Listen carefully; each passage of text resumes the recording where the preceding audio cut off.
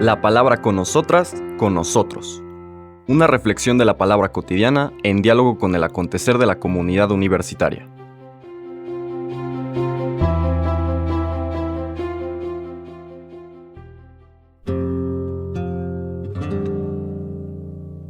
Hola, buenos días. Bienvenidas, bienvenidos a la palabra con nosotras, con nosotros.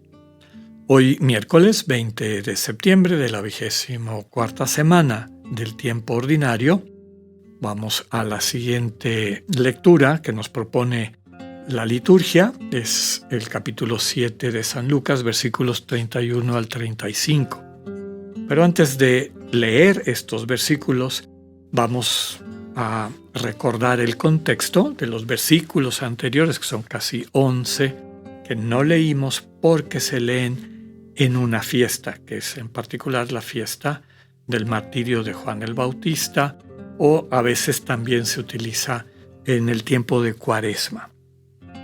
El texto que no se lee, porque se lee en otro momento, pero que nos permite entender el sentido de lo que hoy nos propone el Evangelio, es cuando se relata que los discípulos de Juan el Bautista, enviados por él, le preguntan a Jesús: ¿eres tú el que había de venir o tenemos que esperar a otro?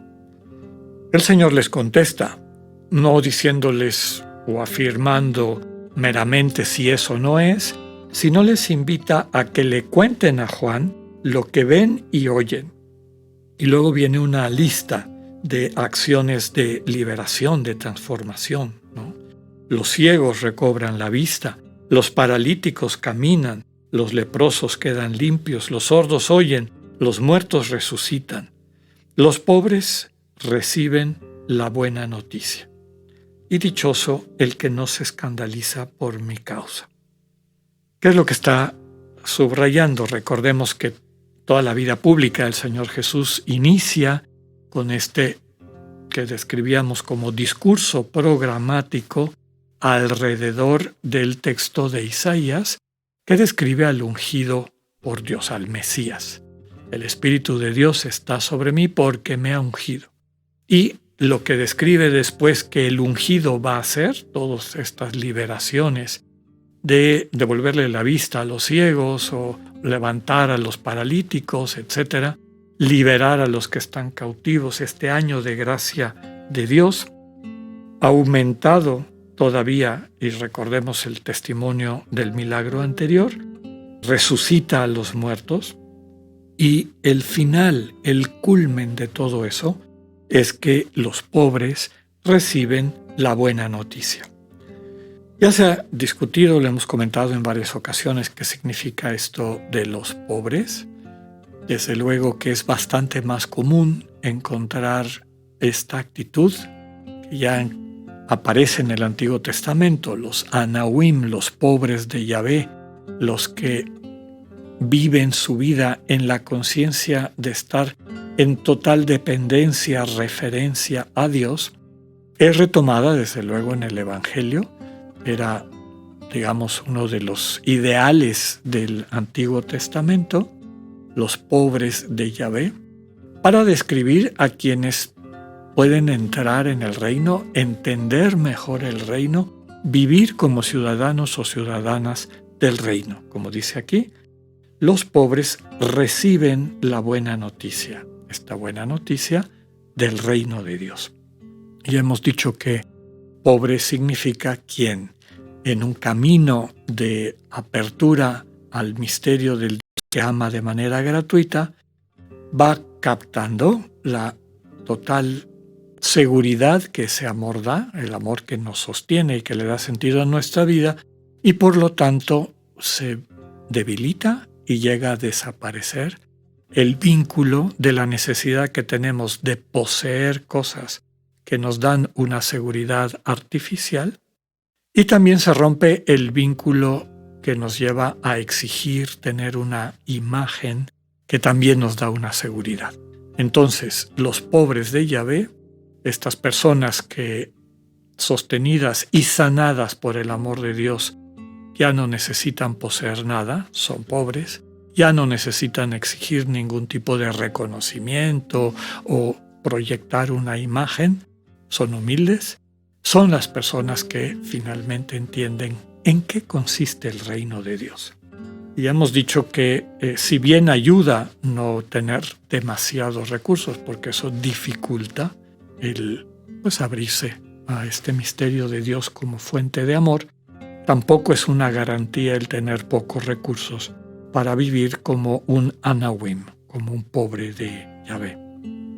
Después de esto, de decirle, díganle a Juan lo que están viendo y oyendo, es decir, lo que prometí se está cumpliendo, el ungido ya está actuando, el Mesías ya está liberando, hace un pequeño discurso el Señor diciendo que Juan es el mayor de los nacidos de mujer, ¿no? El profeta más grande que ha existido. Y lo alaba, lo ensalza.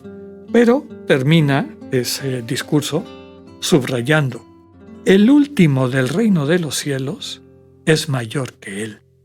Es decir, aquí hay algo más grande que inclusive la figura de Juan el Bautista, quien descubre esa buena noticia de que Dios es amor, que nos espera, que está en la total disposición de entrar en esta comunión de amor con nosotros, y que el problema es que cuando no nos damos cuenta, cuando nos cerramos a eso, pues dejamos a Dios fuera de nuestras vidas. Cuando se descubre eso, pues finalmente entramos a lo que es este reino, esta relación especial de intimidad, de centralidad de nuestra vida en Dios, y pues no hay nada más grande que eso. Ningún profeta, ninguna enseñanza se puede comparar a esa vivencia. Termina ese discurso del Señor subrayando que el pueblo acepta el bautismo, dándole la razón a Dios. En cambio, los fariseos y doctores rechazan lo que Dios quería. Recordemos que el bautismo de Juan es ya una ruptura con la visión rigorista cultural del mundo judío de esa época. Recordemos que para ser perdonados los pecados había que hacer una serie de ritos que implicaban el sacrificio de animales expiatorios en el templo de Jerusalén. Y resulta que Juan el Bautista le decía a la gente: tú arrepiéntete, di tus pecados, hacía este ritual simbólico de sumergir a la gente, eso significa bautizar, sumergir, y con eso los pecados quedaban perdonados, o sea, transformados. No tenían que ir al templo. Ahí había ya una ruptura. Desde luego que el establishment, nuevamente, la estructura de poder religiosa, pues no estaba de acuerdo con eso y le daba la espalda a Juan el Bautista, como ahora le están dando la espalda al Señor Jesús. Y eso es lo que nos lleva a la lectura de hoy, pero sin lo que les acabo de explicar no entendemos la lectura de hoy. Versículos 31 a 35 del capítulo 7 de Lucas. En aquel tiempo Jesús dijo: ¿con quién compararé a los hombres de esta generación? ¿A quién se parecen? Se parecen a esos niños que se sientan a jugar en la plaza y se gritan los unos a los otros. Tocamos la flauta y no han bailado.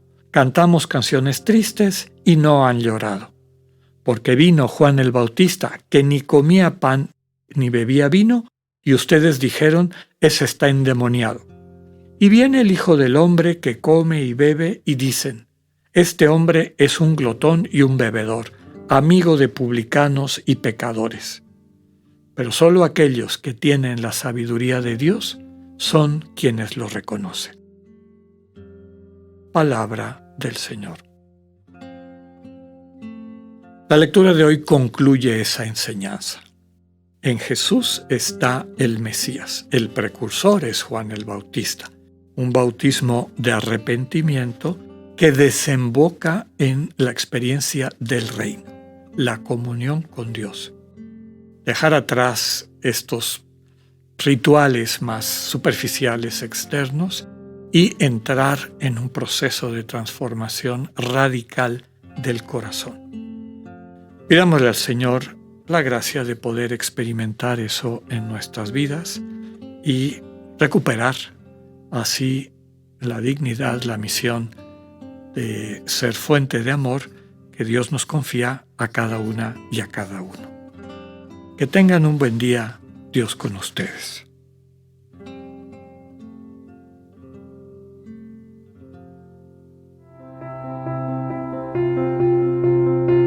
Acabamos de escuchar el mensaje del Padre Alexander Satirka. Escúchalo de lunes a viernes a las 8:45 de la mañana por radioiberoleon.com, a través de nuestra app gratuita para iOS y Android o por Spotify. Esta es una producción de Radio Ibero León en colaboración con el ITESO, Universidad Jesuita de Guadalajara.